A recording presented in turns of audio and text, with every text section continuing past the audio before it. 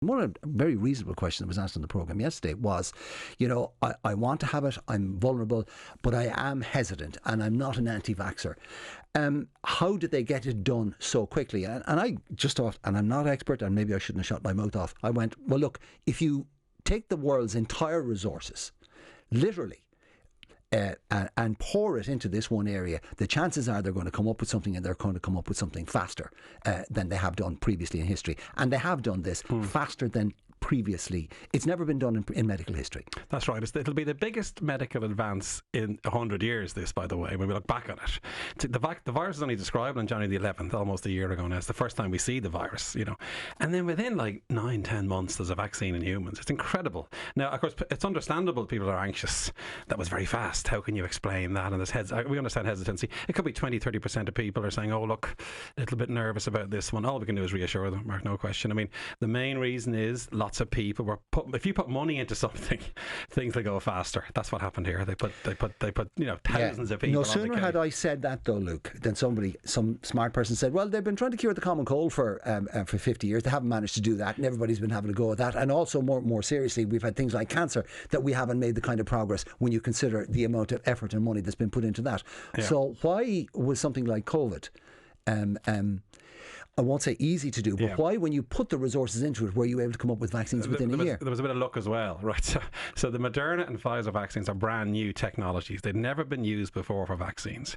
And the reason they did that was to make sure it worked. And there's no point in reinventing the wheel. Let's say you had a go at the cold, the common cold, and that vaccine hadn't worked. There's no point trying that again, is there? So they used this RNA, it's called. The RNA approach was new. They've been doing it for 15 years, like in labs and experimentally. So they got lucky in a sense. They had good data to say it would work, but there was a chance it wouldn't, And then the AstraZeneca vaccine is this chimpanzee vector, strangely. Again, that was new, and they're working. It's great. We've been given a bit of a break here, I think, by the world of the science and the randomness of science. This really works. So the new technology was another factor in why these vaccines have worked so well. There are 3 viruses more deadly than COVID, but the knowledge that we're gleaning from the COVID vaccines might actually help to defeat. So just very quickly, let's go through those. Yep. Top of that list would be flu. It's still flu. You see, and what's happening now, Mark, is I had a discussion yesterday. See, science never sleeps. At a meeting yesterday afternoon, can you believe it, with a couple of companies about vaccine development.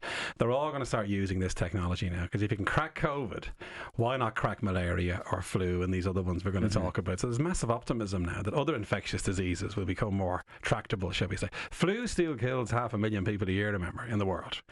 And the vaccine is about 50 to 60% efficacious.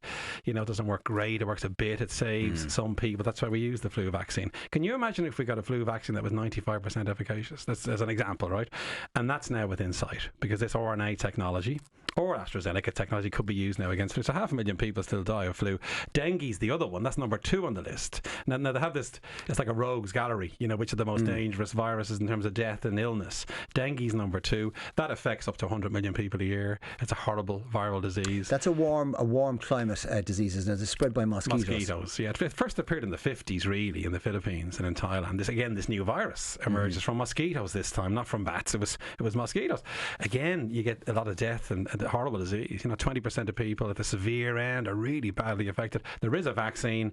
It works a bit. It's not great. So again, now dengue be in the sights now. Can we get a vaccine for dengue? And then the third is MERS. Now MERS is in the same family. You may remember it was in camels in Saudi Arabia in 2012. There was an outbreak, and that's in the same family as COVID-19, but it's more vicious.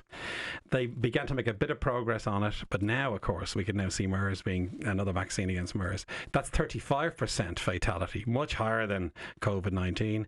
It was put down more quickly because of a symptomatic spread. So people were very sick and they'd spread it. You could isolate those people. And as you know, Mark, the most malicious thing about COVID-19 is no symptoms and you spread it, you see. So for MERS, again, they're going to use this technology for MERS. So one of the really positive outputs from all of this is vaccines for other infectious diseases which still need to be treated. Then you get to malaria, by the way, which isn't a virus, that's a parasite.